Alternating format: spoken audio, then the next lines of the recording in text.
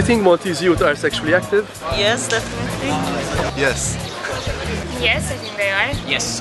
Yes, I do. Yes, I think so. Yes. Okay, the whole world is sexually active. Teenagers, all of them in Western countries, are sexually active. At what age do you think Maltese youth become sexually active? I think I will divide them into groups. Boys will be sexually active at about the age of 16 and girls at about the age of 15 or earlier maybe. 16, 17 maybe. On average, I think at the age of 16. Basically, I think at an early age, some 15, 16. Depends on the sex, like if they're male or female. I would say around 6th form, but I do think that boys tend to be more sexually active before. Quite an early age, maybe 16. 14, 15. I think boys mainly start to become sexually active at around 16, come junior college, 6th form years. Girls perhaps a little bit later. Do you feel you had a good sexual health education? In secondary school, yeah, before, no. Probably yes, maybe MPSD and something like that.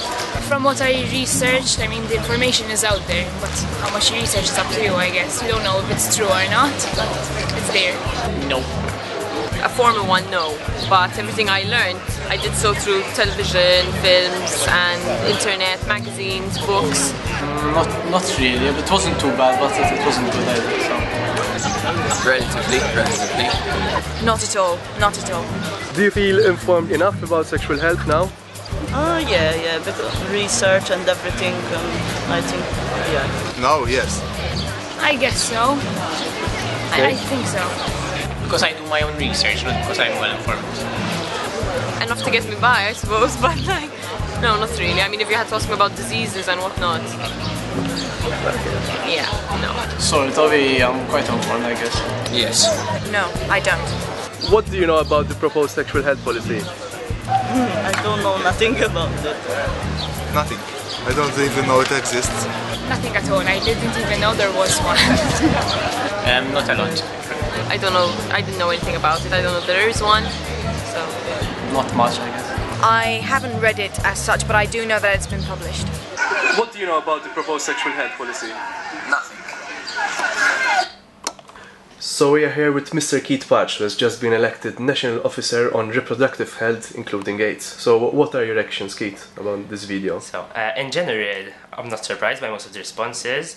They're probably quite accurate, especially when saying that youths are sexually active. There's no denying it.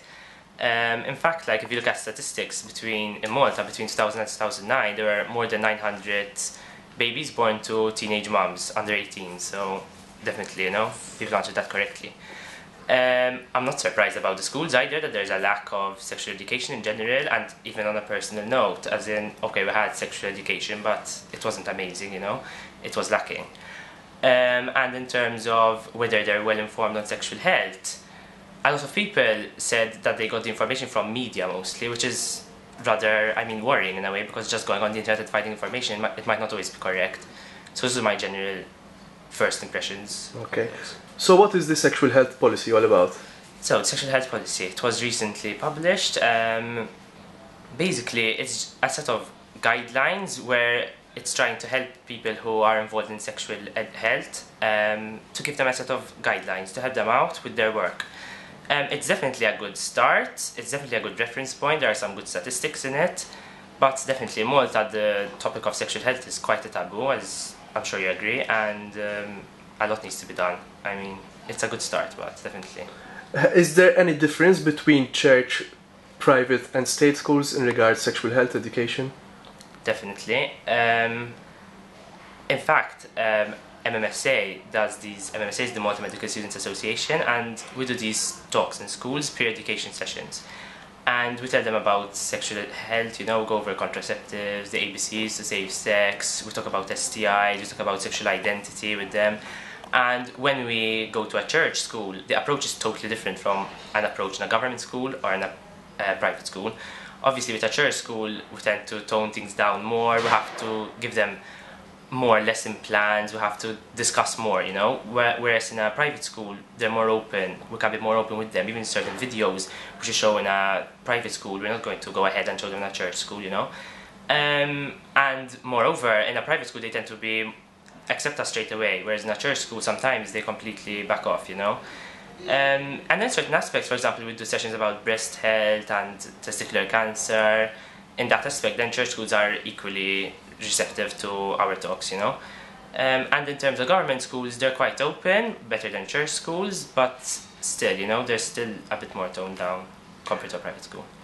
Apart from school visits, what does the MMSA do?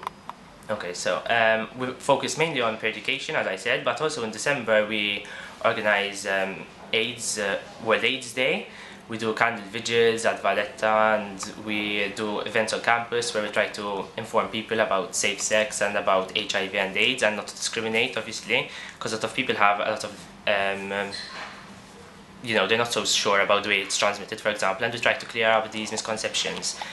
During the year we also liaise with other organizations. Like this year we liaised with S-Cube, the Science Students Society, and we did a campaign about in vitro fertilization. As you know, it's quite a hot topic at the moment, and we try to get people informed about it. We also do Facebook campaigns, and basically we try to raise awareness in general. We do outreaches on campus every year as well, and also for the general public. And we just try to raise awareness in general. But mostly we do focus a lot on peer education sessions. Thank you very much. Thanks.